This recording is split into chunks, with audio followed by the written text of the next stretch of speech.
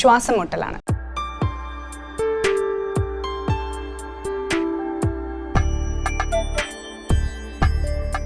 Sir, ശ്വാസമുട്ടൽ ഒരു വലിയ പ്രശ്നമായിട്ട് നമ്മൾ കാണാറുണ്ട് നമ്മുടെ സമൂഹത്തിൽ.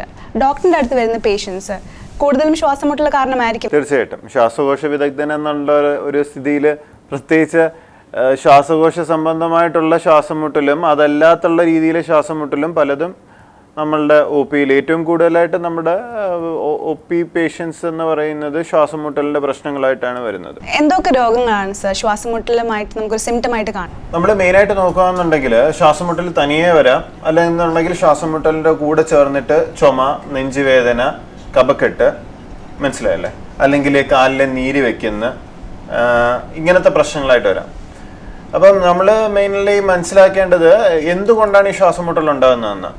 ശരീരത്തിലെ പല അവയവങ്ങൾക്ക് പ്രശ്നം ഉണ്ടാകുമ്പോഴും ശ്വാസമുട്ടൽ ഉണ്ടാകും. അത് ശ്വാസകോശത്തിന്റെ മാത്രം പ്രശ്നം കാരണമല്ല, ലങ്സിന് മാത്രം പ്രശ്നം ഉണ്ടാകുമ്പോൾ മാത്രമല്ല, ഹൃദയത്തിന് പ്രോബ്ലം ഉണ്ടെന്നുണ്ടെങ്കിൽ ശ്വാസമുട്ടൽ വരാം, കിഡ്നിക്ക് പ്രോബ്ലം ഉണ്ടെങ്കിൽ കിഡ്നി ഫെയിലിയർ ഉള്ള പേഷ്യൻസ് രോഗികളുടെ ശ്വാസമുട്ടൽ വരാം.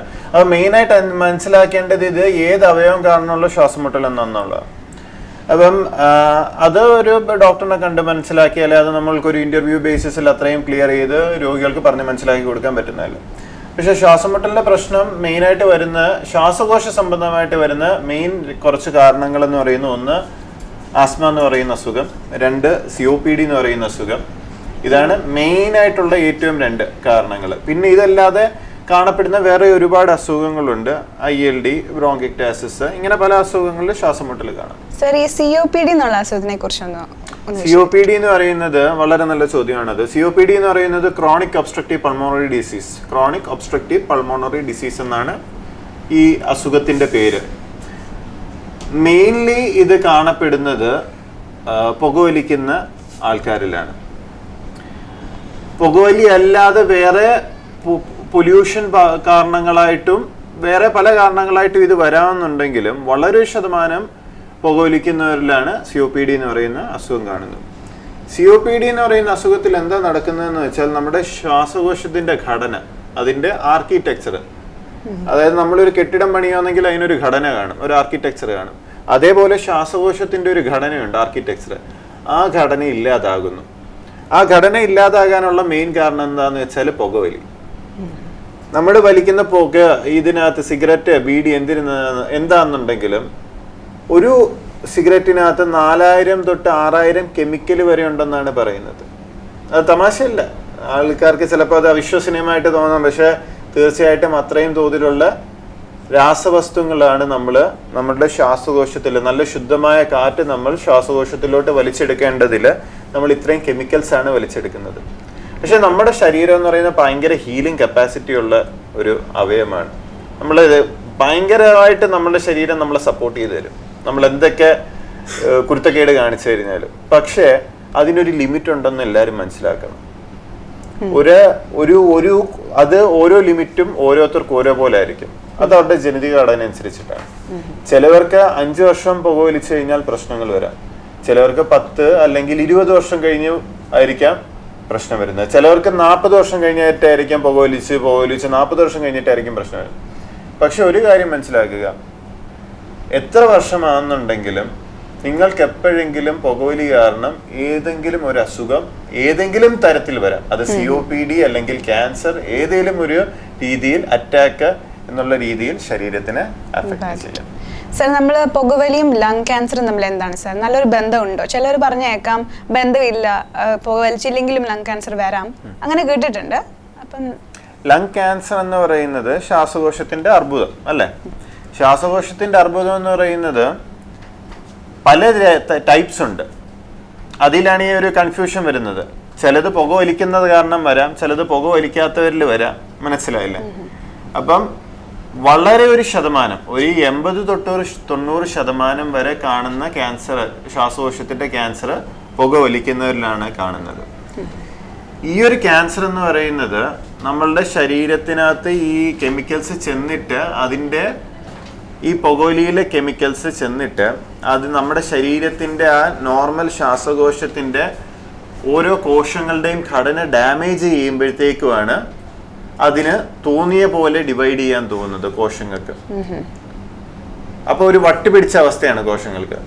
അവര് അത് തോന്നിയതുപോലെ അവര് മൾട്ടിപ്ലൈ ചെയ്തുകൊണ്ടിരിക്കും. അങ്ങനെയാണ് ക്യാൻസർ. അതുകൊണ്ട് ഡെഫിനറ്റ്ലി ബന്ധമുണ്ട്.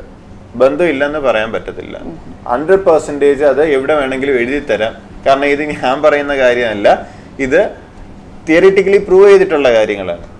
അപ്പം ഒരു പുകവലിക്കുന്ന ഒരാളും ഒരു പുകവലിക്കാത്ത ഒരാളും തമ്മിൽ ക്യാൻസർ വരാനുള്ള സാധ്യത ഓൾമോസ്റ്റ് 20 തൊട്ട് 40% മടങ്ങ് അധികമാണ് കമ്പയർ ചെയ്യുകയാണെങ്കിൽ. പിന്നെ കേട്ടിട്ടുള്ളത് സെക്കൻഡ് ഹാൻഡ് സ്മോക്കിനെ കുറിച്ചാണ്.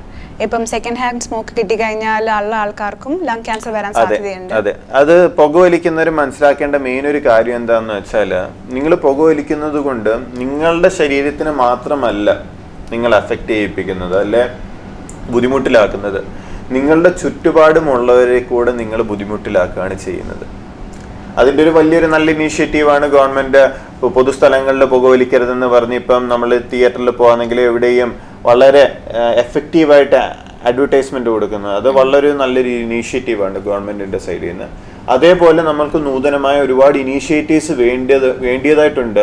എന്നാലേ നമ്മൾക്ക് ഈ ഒരു കാര്യം, ഈ ഒരു വലിയൊരു വിപത്ത് കുറച്ചുകൊണ്ട് വരാൻ പറ്റത്തുള്ളൂ. സർ, നമുക്ക് പുകവലി നിർത്താൻ ആഗ്രഹമുള്ള ഒരാൾക്ക് എങ്ങനെ അത് മെഡിക്കലി നമുക്ക് എന്തെങ്കിലും വഴിയുണ്ടോ? ആദ്യം ആ ആഗ്രഹം ആളിൽ തോന്നണം, എനിക്ക് പുകവലി നിർത്തണമെന്നുള്ള ഒരു ആഗ്രഹം തോന്നണം. അല്ലാതെ നമ്മൾ ഫോഴ്സ് ചെയ്യിപ്പിച്ചിട്ട് എത്ര ഫോഴ്സ് ചെയ്യിപ്പിച്ചിട്ടും കാര്യമില്ല. അത് മനസ്സിലാക്കണമെങ്കിൽ ഇതുപോലുള്ള ഇന്റർവ്യൂസും കാര്യങ്ങളിലും ആൾക്കാരെ കൂടുതൽ ബോധവൽക്കരണം നടത്തണം. ഇതുകൊണ്ടുള്ള ഒരു പ്രശ്നം എന്താണ്, എങ്ങനെയൊക്കെ പ്രശ്നം ഉണ്ടാകാം. പലരും ചിന്തിക്കുന്നത് ഞാനൊരു കുറച്ച് നാൾ കഴിയുമ്പോൾ നിർത്താം, ഒരു 5 വർഷം കഴിയുമ്പോൾ നിർത്താം, ഒരു 10 വർഷം വലിച്ചിട്ട് നിർത്താം, അല്ലെ ഞാൻ ഇപ്പൊ വല്ലപ്പോഴേ വലിക്കുന്നുള്ളൂ. അങ്ങനെ നിങ്ങൾക്കൊരു തോന്നലുണ്ട്. നിങ്ങൾക്ക് പലരും പറയാറുണ്ട്, അത് ഡോക്ടറെ ഞാൻ എപ്പം വേണേലും നിർത്താൻ, എനിക്കത് പറ്റുമെന്ന്. അങ്ങനെ തോന്നുന്നവരാണെന്നുണ്ടെങ്കിൽ നിങ്ങളൊന്ന് നിർത്തി നോക്കുക. ഒരാഴ്ച നിങ്ങൾ പുക വലിക്കാതിരുന്ന് നോക്കുക. ഒരാഴ്ച നിങ്ങൾ അത് പ്രയത്നിച്ചിട്ട് ഇന്ന് തൊട്ട് ഒരാഴ്ചത്തേക്ക് പുകവലിക്കരുതെന്ന് വിചാരിച്ചിട്ട് വലിക്കാതിരുന്ന് നോക്കുക. നിങ്ങൾക്കത് ചെയ്യാൻ പറ്റുന്നില്ല എന്നുണ്ടെങ്കിൽ നിങ്ങൾ മനസ്സിലാക്കുക, നിങ്ങൾ പുകവലിക്ക് അഡിക്റ്റ് ആണ്.